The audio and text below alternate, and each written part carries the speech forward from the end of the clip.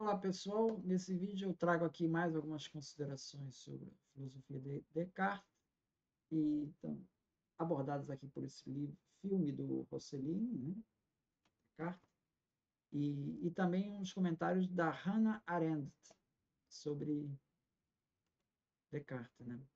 No filme, Descartes diz assim: não procuro outra ciência senão aquela que possa verificar por mim mesmo. Nós temos as sementes da verdade dentro de nós mesmos.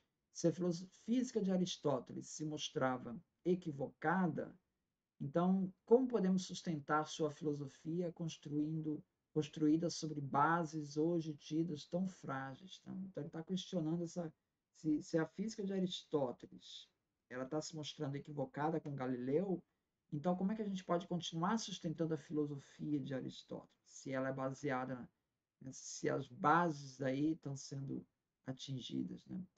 Descartes, na obra dele, ele não cita a autoridade da Bíblia, né? E reconhece agir dessa maneira, ainda assim com extrema humildade, pois para ele as coisas são criaturas de Deus e carregam o signo da verdade, enquanto os devaneios do homem, dos quais nascem tantas doutrinas obscuras, são estas sim fruto da soberba. Um filósofo que ele conheceu, né? Ele, Girolamos, ele escreve assim para o Descartes, né? Quanto a seu amor desmedido pelo saber, recordo as palavras de Calvino. O desejo que o homem tem de conhecer a verdade é uma centelha de luz, mas esse desejo se degenera em vaidade, pois o espírito humano é tão obtuso e débil que não consegue manter sozinho o reto caminho da busca pela verdade e, no mais das vezes, é incapaz de discernir o objeto ao qual deve se dedicar para buscar o verdadeiro conhecimento. Então, Girolamos ele critica o método cartesiano, né?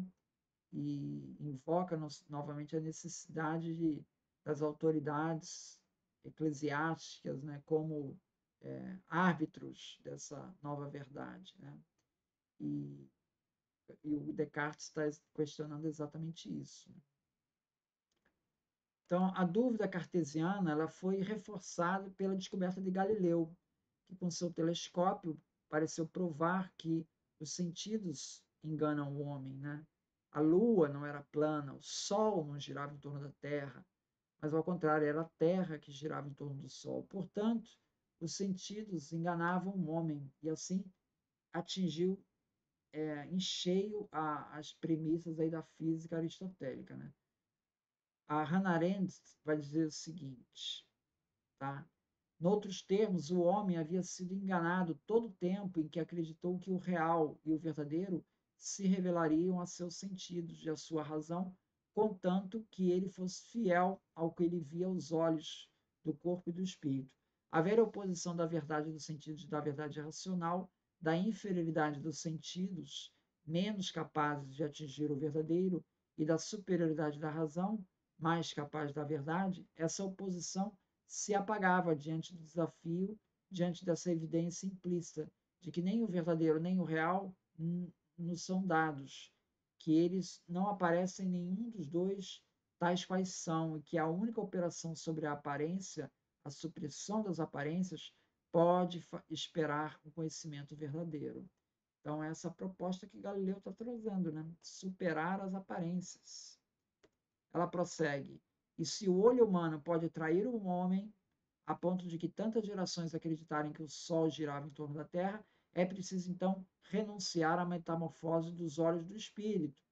Se o ser e a aparência se separam para sempre, e tal é bem, como notou Marx, o postulado fundamental da ciência moderna, então não resta nada para aceitar em confiança, é preciso duvidar de tudo.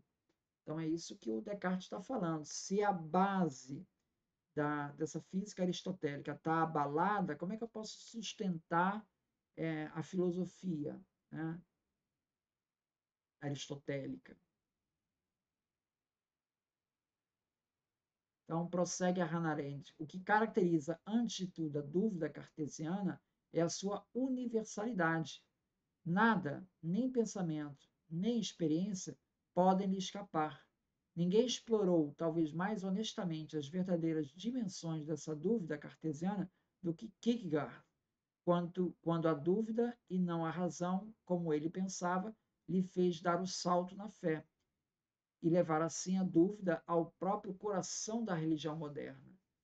A universalidade da dúvida cartesiana se estende do testemunho dos sentidos ao testemunho da razão e ao testemunho da fé, porque essa dúvida está ligada, no fundo, à perda da evidência, e o pensamento sempre começa com o que é evidente de si e em si, evidente não só para o pensador, mas para todo mundo. A dúvida cartesiana não duvidava simplesmente que o entendimento humano fosse aberto a todas as verdades, ou que a visão humana fosse capaz de ver tudo. Ela duvidava que a inteligibilidade pudesse se constituir como prova de verdadeiro, a visibilidade não sendo de modo algum a prova real. Essa dúvida cartesiana coloca em dúvida a existência do verdadeiro e descobre assim que o conceito tradicional do verdadeiro, quer seja ele fundado sobre a percepção, quer seja ele fundado sobre a razão ou sobre a crença em uma revelação divina, tinha se apoiado sobre o duplo postulado de que aquilo que existe verdadeiramente deve aparecer por si mesmo e que as faculdades humanas são aptas a recebê-lo. Que o verdadeiro tivesse que se revelar foi a crença da antiguidade pagã, assim como dos hebreus, da filosofia cristã, assim como da filosofia laica.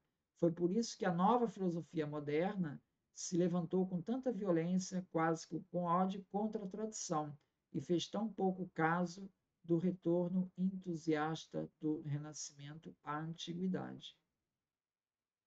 Hannah Arendt, em Condição Humana.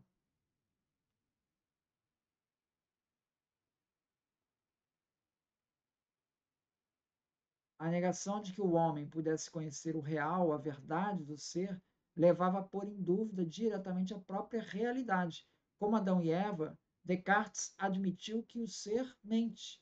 Mais do que no ceticismo comum, que faz uma distinção entre ser e as aparências, distinção na qual se pensa que as aparências escondem a verdade do ser, para Descartes a dúvida é ainda mais profunda. Para ele, o ser mente propositalmente ao homem, gerando aparências que visam a enganá-lo.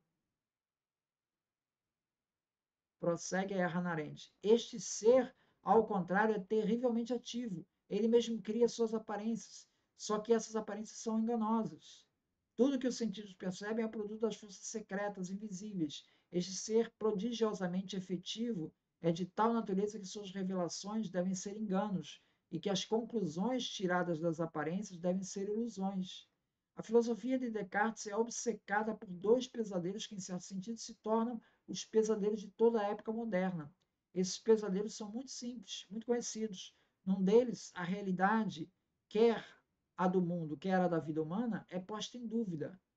Se não podemos confiar nem nos nossos sentidos, nem no nosso senso comum, nem na razão, é muito possível que tudo que tomamos como real seja apenas um sonho.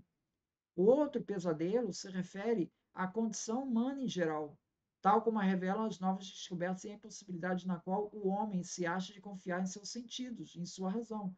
Nessas circunstâncias, a hipótese de que haja um espírito maligno, um Deus enganador, de propósito, traindo o homem por maldade, é muito mais verossímil do que a de um Deus Senhor do universo.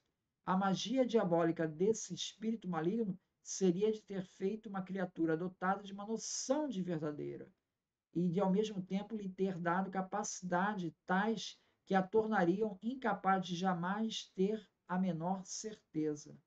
Então, essa é a Hannah Arendt, falando sobre as implicações aí da crítica iniciada ali por Descartes. Muito obrigado, então.